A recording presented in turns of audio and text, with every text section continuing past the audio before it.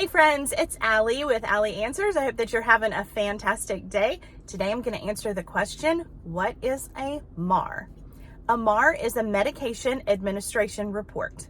If that's all you want to know, see you later. But I've got more information for you. It's mostly used in communities or facilities. For example, if your loved one is in a personal care home or an assisted living or a nursing home, they are going to use a MAR. A MAR is going to be a list of all the medications that your loved one is on while in that community. And that is usually down the row. And then across the top are the days of the month. So as they give the medication each day or each time of the day, they're going to usually initial or check that off if they're using the old-fashioned paper way. And if it is computerized, then they're going to check it off in the computer. Their MAR software will show it checked off when they print it out, just like it's an old-fashioned paper MAR. The reason that the MAR is such a great tool is not only does it list all of the medications and the dosage and the route and the times they are supposed to be given, you can see if that medication has actually been given. Now let's talk about why that's important. Let's say, for example, that your loved one has high blood pressure.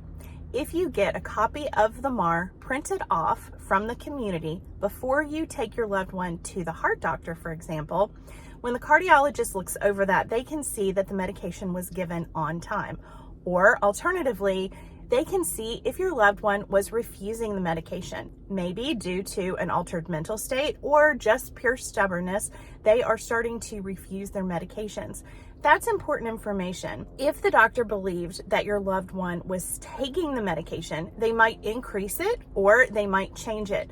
But the knowledge that your loved one is actually refusing that medication on a regular basis is important for them to know so they can make a proper plan of care. I'm a care manager, so I tend to look at MARs when I go in to double check that things are being given appropriately. One of my coworkers recently went in and found that an ordered medication was not being given. It was an antibiotic and it was really important that it be given.